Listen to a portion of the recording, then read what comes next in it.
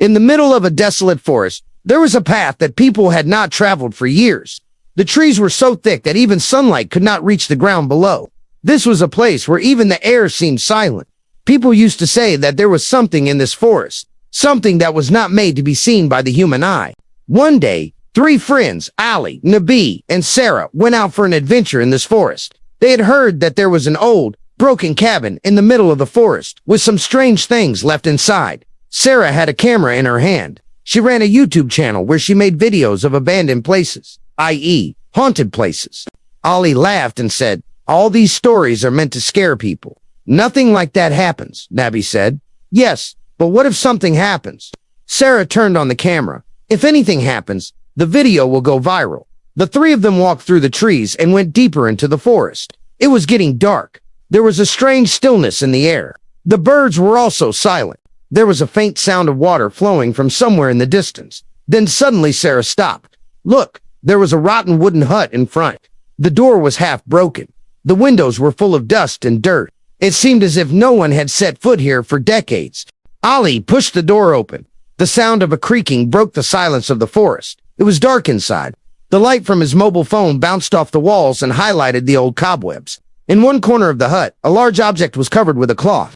Sarah slowly pulled the cloth away, and everyone's breath caught. It was a mirror, old, but surprisingly clean. Its wooden frame had strange carvings carved on it, like the letters of an ancient language. Nabi said, "What is it doing here?" Ali laughed. "Maybe someone left it."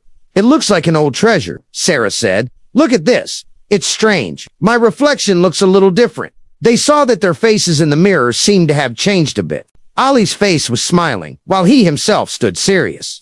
A shadow passed behind Nabi in the mirror, but when he turned around, there was nothing there. Someone's eyes were shining in the darkness behind Sarah's face. "What nonsense!" Nabi stepped back. Ali went closer and looked carefully. "This is just a play of light. Look." He moved forward and started looking at himself in the mirror. At first, everything seemed fine, but after a few moments, Ali's reflection started moving slowly while Ali stood completely still. Ali raised his hand in the mirror, but the real Ali's hand did not move. Sarah said nervously. Ali stepped back. Ali smiled. "Dude, nothing will happen." Suddenly, the Ali inside the mirror brought his face closer and blood started flowing from his eyes. At that moment, the lights in the hut blinked and Ali's scream was heard. When the light returned, Ali was gone. Only his mobile phone light was lying on the floor. Both Nabi and Sarah screamed and backed away. Where did Ali go?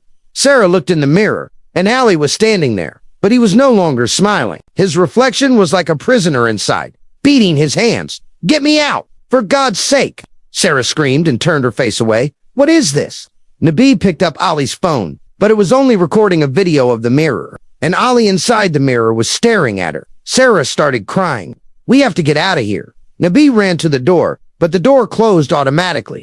A gust of wind came, and the hut shook. A voice echoed inside the mirror. "He who sees cannot live." Sarah looked at the mirror in fear. Now Nabi's reflection was also visible there, but he himself was still in the hut. How could this be inside the mirror? Nabi stepped forward and smiled and said, "It's your turn, Sarah." Sarah screamed and backed away. "No, I won't look." She kept trying to open the door, but the door seemed to be locked from the inside. Nabi grabbed her from behind. "Sarah, take care. We will do something." But as soon as Nabi glanced at the mirror again, a calmness came over his face, as if he had been bound by some spell. His eyes went blank, and he slowly started moving closer to the mirror. "Nabi, wait." But Nabi kept moving forward, and then for a moment, he too disappeared. Now only Sarah was in the hut. Darkness, cold air, and two faces trapped in the mirror. Ali and Nabi, they were both screaming from inside, but the voices were getting lost inside the mirror. Sarah picked up the camera. "I will record all this. Some will believe that this mirror is cursed." She pointed the camera at the mirror, but as soon as the image appeared in the lens, the camera screen turned off. The light began to dim again. Sarah closed her eyes and prayed, but as soon as she opened her eyes again, her own reflection was now smiling. No, she tried to back away, but her steps seemed to sink into the ground. Her reflection inside the mirror moved forward, stretched out her hand, and the next moment, only a strong wave of wind rose in the hut. When the dust settled, Sarah was also gone. The hut became silent. The mirror stood still, as if nothing had happened. Just three faces trapped inside it, Ali, Nabi, and Sarah, whose eyes had frozen with fear forever. A few days later, a local, the woodcutter, came there. He opened the door of the hut, and there was only silence inside. There was a camera lying on the floor, in the last recording of which only one thing was visible, a mirror, and a fourth image of the woodcutter in the mirror. The recording ends there. People say that even today, whoever goes to this forest, he never returns. And if anyone ever goes near this hut, a slight movement is seen inside the mirror, as if someone is extending a hand for help. But whoever dares to look at it, he becomes the next prisoner of the mirror.